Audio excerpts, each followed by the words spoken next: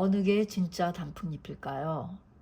이번 시간에는 노랑, 초록, 붉은색이 섞인 가을의 단풍색을 디지털 수채화 브러쉬를 사용해서 채색하는 과정을 알아보겠습니다.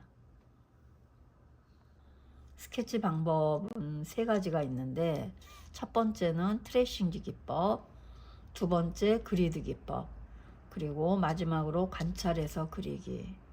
이 세 가지 방법 중에서 오늘은 첫 번째 트레이싱지 기법으로 진행을 해보겠습니다. 트레이싱지 기법이란 전통 수채화에서는 반투명 트레이싱지를 스케치한 종이 위에 올려놓고 그대로 형태선을 딴 후에 다시 수채화 종이 위에 옮기는 작업 방식을 말합니다. 자, 그러면 디지털 드로잉에서의 트레이싱지 기법은 다음과 같은 순서로 진행이 됩니다. 우선 이미지를 불러와서 이 불러온 이미지의 불투명도를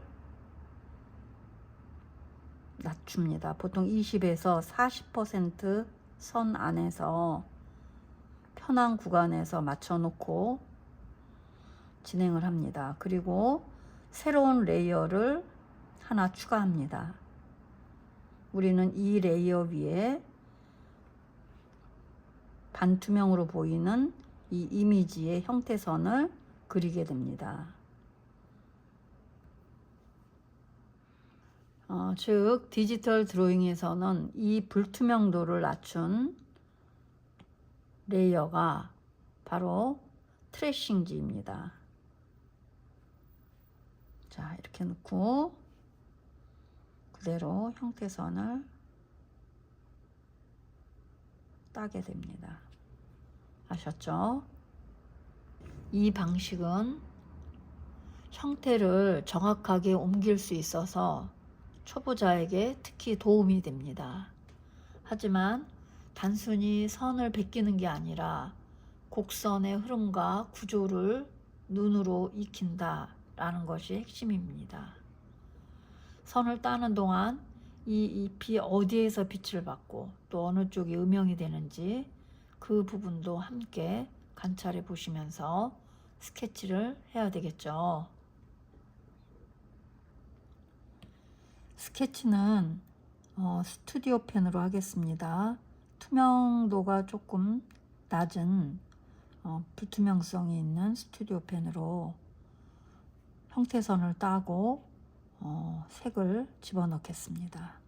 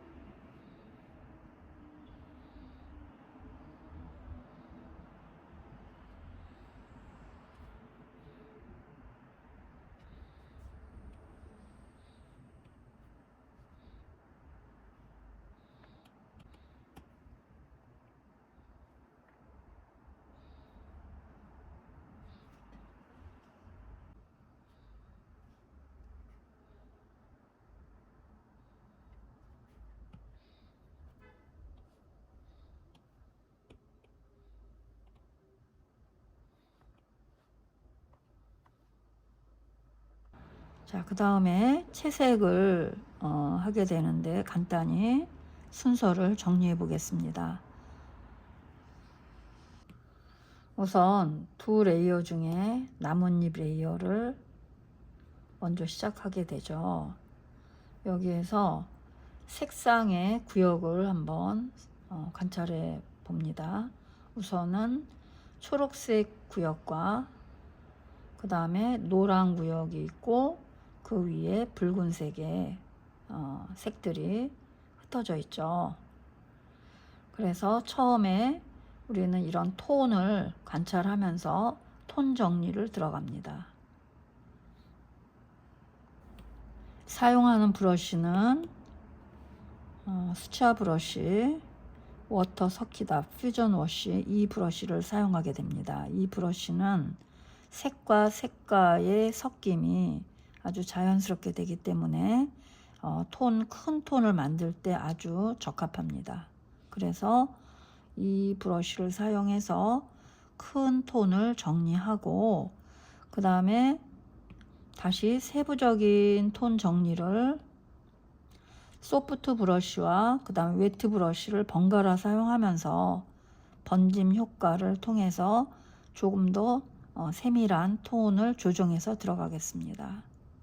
그리고 톤 정리가 이제 어느 정도 진행이 되고 나면은 이런 부분을 찾아서 묘사가 진행이 될 건데요. 그때는 메인 브러쉬 그리고 각각의 특징 있는 스노우폴 이런 브러쉬를 사용해서 왔다 갔다 반복하면서 세부적인 묘사를 하면서 정리를 해 보겠습니다. 그 다음에 또 주의할 점 하나는 레이어 문제인데 이 수채화의 경우 이런 특성이 있습니다. 자, 수채화 메인 브러쉬를 사용해서 이 위에 이 레이어 위에 그대로 색을 칠해 볼게요. 이렇게 되죠. 그리고 하얀 도화지 위에도 똑같은 색을 칠해 보겠습니다. 왜 다르게 보일까요?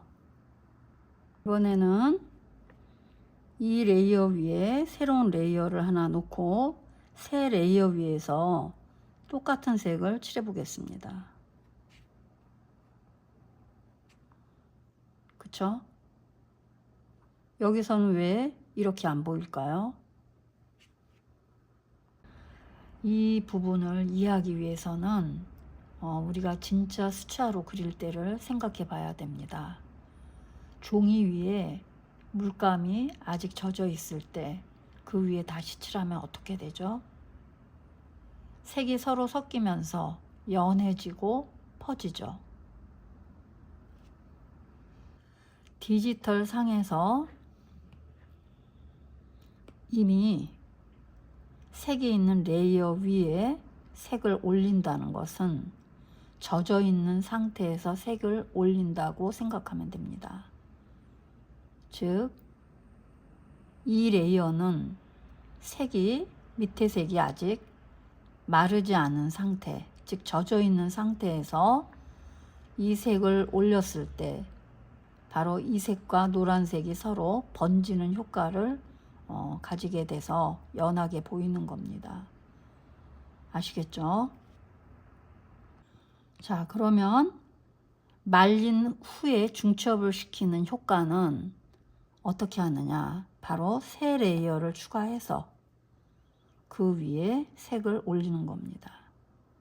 그러면 진하게 보이죠? 우리가 수채화할 때 밑색이 말린 상태에서 위에 중첩을 시킬 때 어떻게 보이죠? 이렇게 보이죠? 진하게. 밑에 있는 색깔에 젖어 있는 색깔일 경우 영향을 받지만 마른 상태에서는 섞이지 않기 때문에 이 색 그대로 발색이 되는 겁니다. 아시겠죠? 그래서 정리를 하자면 상당히 이게 중요한 부분인데 디지털 수채화에서도 색을 밑색과 섞고 싶다 할 때는 같은 레이어 위에 올리면 되고요. 그 다음에 진하게 중첩시켜서 덮고 싶을 땐 새 레이어를 만들어서 색깔을 올리면 됩니다. 이 차이를 분명히 이해하게 되면 색의 번짐과 또 선명도를 의도적으로 컨트롤할 수 있게 됩니다. 꼭 잊지 마시고 이런 부분을 잘 기억해서 우리가 그림을 그릴 때 활용하면 되겠죠.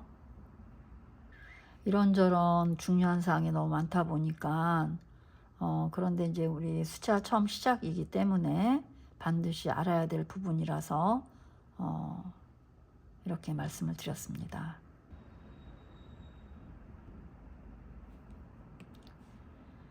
자, 우리는 새로운 레이어를 넣고 그 다음에 여기에 클리핑 마스크를 씌워 놓고 이 안에서 나올 수 있게 진행을 하겠습니다. 자, 새 레이어에 작업을 한다는 거는 이 밑에 있는 노란색이 어떤 거죠? 다 마른 상태라는 거죠. 그 상태에서 지금 이 부분에 클리핑 마스크를 씌웠기 때문에 색감이 올라간 노란 잎사귀 이 상태에서 색이 올라가게 됩니다.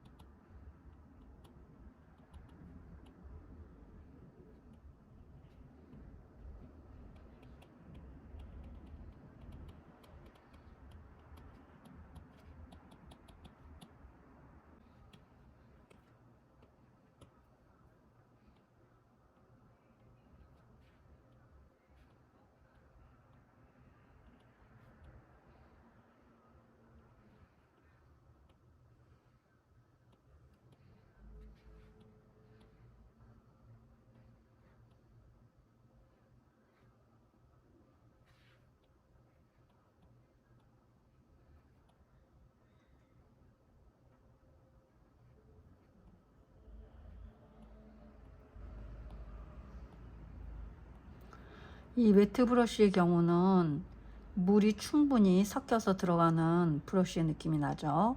그리고 그 물의 색깔은 지금 여기 보이는 팔레트의 색깔이 들어가 있습니다. 그래서 예를 들면 얘가 어두운 색일 경우는 이렇게 어두운 색이 섞여서 들어갑니다. 이 브러쉬의 활용도 잘 하셔서 진행을 하면 미묘한 색감의 부분을 만들어낼 수 있습니다.